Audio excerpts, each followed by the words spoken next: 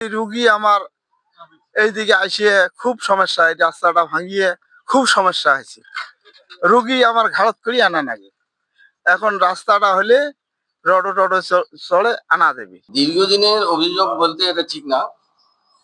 গত বন্যায় রাস্তাটি বেশ কয়েক জায়গায় ধসে গেছে এবং এর আগে 2017 সালে বন্যায় রাস্তাটি বিধ্বস্ত হয়ে গেছিল। আমি গত 24 সালে রাস্তাটি পুনর্নির্মাণ করি, কিন্তু এবছর বন্যায় রাস্তাটি আবার বেশ কয়েক জায়গায় রাস্তার মধ্যে পুরা পড়ে গেছে। রাস্তাটা চলাচলের অনুপযোগী হয়েছে। দুইটি রাস্তা দ্রুত বাস্তবায়ন যখন সম্ভব হবে, বিশেষ করে আমাদের উত্তরে যে নুনখাওয়া এবং কালীগঞ্জ ইউনিয়নের যে বাঁধগুলো, এটা মেরামত হয়ে গেলে তখন আর বন্যার পানি একযোগে প্রবেশ করতে পারবে না, তখন হয়তো এই সমস্যাটা থাকবে না। এটাই হলো স্থায়ী সমাধান।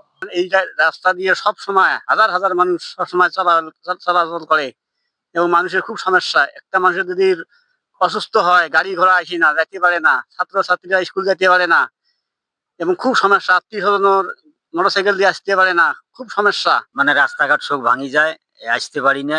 একটা হঠাৎ করে রুগী অ্যাক্সিডেন্ট হল, লোক একটা অ্যাক্সিডেন্ট হল, মানে নিয়ে যেতে পারি না, তার কারণে মানে রুগী মারা যায়।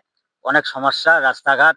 ওই যে রেগুলেটর দিছে, ওই রেগুলেটর দিয়ে পানি সংকুলন হয় না, ভিতরে রাস্তায় সামনে একটা আছে, ওরা ভাঙে, ওটা ভাঙার পর আসে এটা ভাঙে, যার কারণে কিন্তু মানুষের কঠিন দুর্ভোগ্য হচ্ছে।